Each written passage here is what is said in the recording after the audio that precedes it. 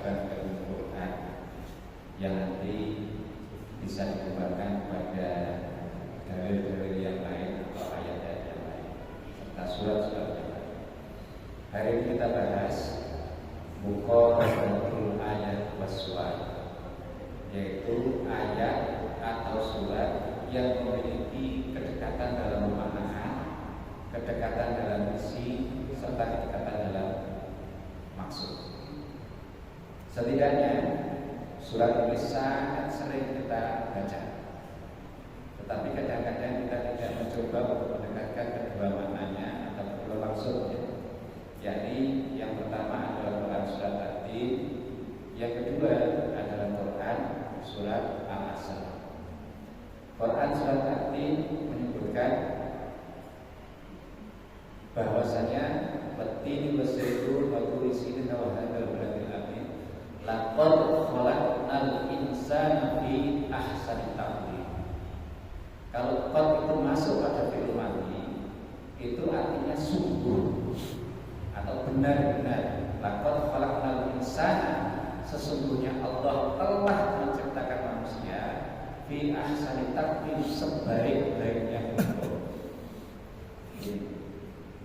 Nah, kedekatan maknanya dengan Quran surat Al-Asr adalah disebutkan dalam Quran surat Al-Asr adalah bahwa sesungguhnya manusia itu lafi khusrin, wal asri innal insana lafi khusrin. Sesungguhnya manusia itu diciptakan, manusia itu dalam keadaan merugi.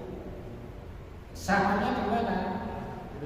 Tadi bahwasanya laqad khalaqnal insana fi ahsani taqwim, samanya ketika dia merugi. Maka dalam Quran surat At-Tin, tsumma radadnahu asfala safilin, kemudian orang-orang ini akan aku kembalikan ke tempat-tempat yang paling rendah. Jadi karena merugi, ini kaitannya dengan tempat yang paling rendah. Tetapi di situ ada pengecualian illah. Nah, illahnya ada di mana? Pada Quran surat At-Tin disebutkan illal ladzina amanu wa amilus sholihati falahum ajrun ghairu mamnun, kecuali orang-orang yang beriman dan beramal soleh, maka mereka mendapatkan pahala yang tidak bisa dihitung, yang terus-menerus sampai abad dan abidin, selama-lamanya di surga. Nah, pada Quran surat Al-Asr disebutkan illal ladzina amanu wa amilus sholihati, disempurnakan.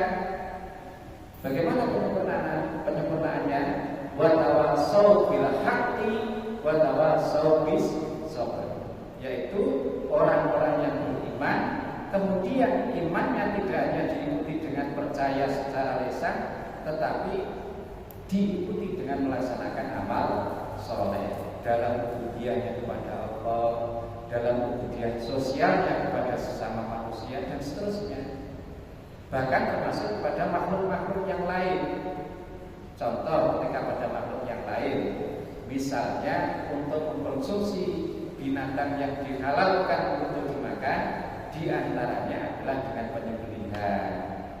Terus tidak dengan menggunakan penganiayaan. Jika itu binatangnya misalnya boleh dikonsumsi tanpa harus disembelih, seperti ikan, tidak harus dianiaya, langsung diperlakukan dengan cara yang baik. Jadi di situ kedekatan daripada makna, kedekatan daripada ayat dan surat itu tercantum illal ladzina amanu wa amilus sholihati. Yang pertama pada Quran At-Tin disebutkan dengan falahum ajrun ghairu mamnun, pahalanya tidak bisa dihitung, pahalanya tidak pernah terputus.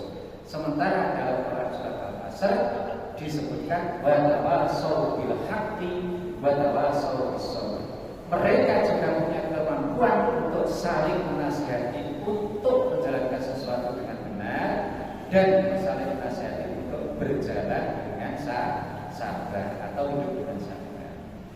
Lantas, adakah ayat atau surat yang lain yang dekat dengan ini pemahamannya? Ada, yakni pada Quran surat Al-Fatihah. yang disebutkan di sana siratal ladzina an'amta 'alaihim. Ketika kita meminta kepada Allah, maka yang kita minta adalah untuk siratal mustaqim itu kita berada pada jalan yang lurus. Jalan yang lurus yang mana? Yaitu alladzina an'amta 'alaihim. Siratal ladzina an'amta 'alaihim yaitu jalannya orang-orang yang telah diberikan nikmat. Terus yang diberikan nikmat itu siapa?